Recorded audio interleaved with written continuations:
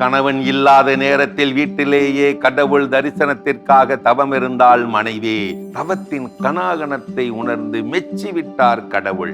வரம் தர தோன்றிய கடவுளிடம் கேட்டால், கடவுளே, சொன்னால் நடந்துவிடும் 7 மந்திரங்களை எனக்கு தா.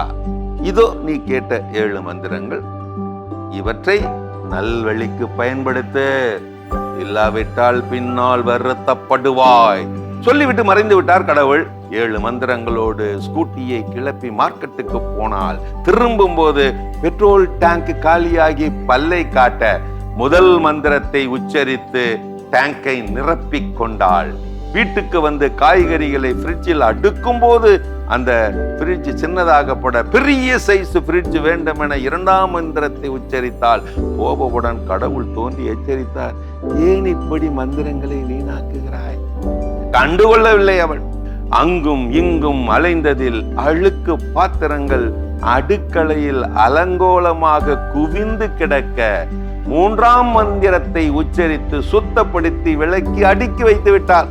தண்ணீர் தொட்டி காலியாகி கிடக்க மோட்டார் போட 4ஆம் மந்திரம். கக்கூஸ் அறையில் ஒழுகிக் கொண்டிருந்த குழாயை சரி செய்ய 5ஆம் மந்திரம். சமைக்கும் போது கேஸ் தீர்ந்துவிட புதிய கேஸ் சிலிண்டராக வாங்குவதற்கு 6ஆம் மந்திரம். 6 மந்திரங்களை காலி செய்துவிட்டு ஒற்றை மந்திரத்தோடு நின்றால் அந்த பாதகத்தி, அந்த பொண்டாட்டி. இதையெல்லாம் கண்டு புன்னகைத்த கடவுள் இப்போது அவளுக்கு ஒரு இக்கட்டை ஏற்படுத்தினார்.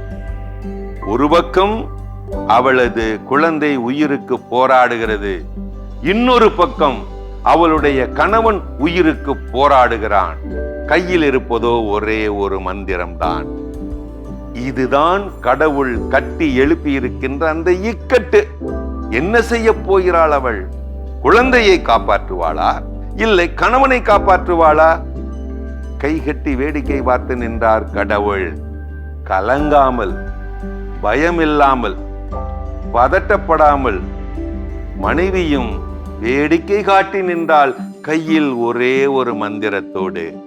கடவுளே கதி கலங்கி நிற்க அவள் என்ன செய்தாள் தெரியுமா? அந்த ஒற்றை மந்திரத்தை வைத்து இப்படி உச்சரித்து விட்டாள், கடவுளே, அந்த 7 வரங்களையும் மீண்டும் தா. கொய்யால பொண்டாட்டியா கொக்கா யாருக்கிட்ட? இப்படித்தான் வரங்களும் சீண்டல்களும் கதைகளிலே ஏராளம் ஏராளம். கடவுள் பெரும்பாலும் வரங்களை தருகிறதில்லை, வாய்ப்புகளையே தருகிறார். வீணாக்குவதும் வளமாக்குவதும் உனது கைகளிலேதான்.